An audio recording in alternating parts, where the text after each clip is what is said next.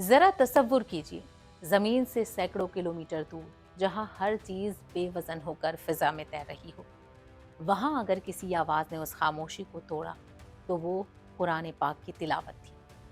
ये वाकया 1988 का है, जब अफगानिस्तान के फिजाई पायलट अब्दुल अहद मोमन ने तारीख में अपना नाम दर्ज कराया। 29 अगस्त 1988 को उन्होंने सोवियत सोयूज TM-6 के जरिए से स्पेस के लिए परवाज की और मीर स्पेस स्टेशन पहुंचे। वो स्पेस में जाने वाले पहले अफगान थे और करीब 8 दिन 20 घंटे स्पेस में रहे।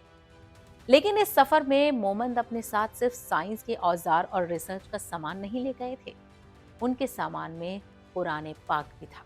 मीर स्पेस स्टेशन पर पहुंचने के बाद एक ऐसा मंजर कायम हुआ जिसे आज भी स्पेस की तारीख में खास तौर पर याद किया जाता है।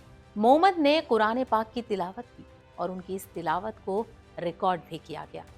उस वक्त जीरो ग्रेविटी की वजह से उनका जिस्म लगातार फिजा में तैर रहा था, इसीलिए कैमरे के फ्रेम से बाहर मौजूद एक साथी ने उनके पैरों को थाम रखा था ताकि वो तिलावत करते हुए बह न जाएं। ये रिकॉर्डिंग अफगान हुकूमत की दरख्वास्त पर की गई थी। बताते चलें कि मोमन का ये 9 दिन का मिशन सिर्फ एक रूहानी यादगार नहीं था।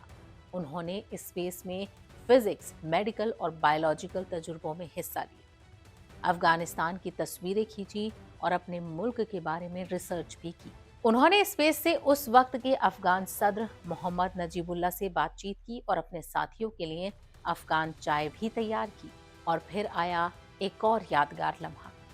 स्पेस से उन्होंने अपनी वालिदा से बात की और उनसे पश्तो ज़बान में गुफ्तगू की। इस तरह पश्तो स्पेस में इस्तेमाल होने वाली चौथी ज़बान बन गई।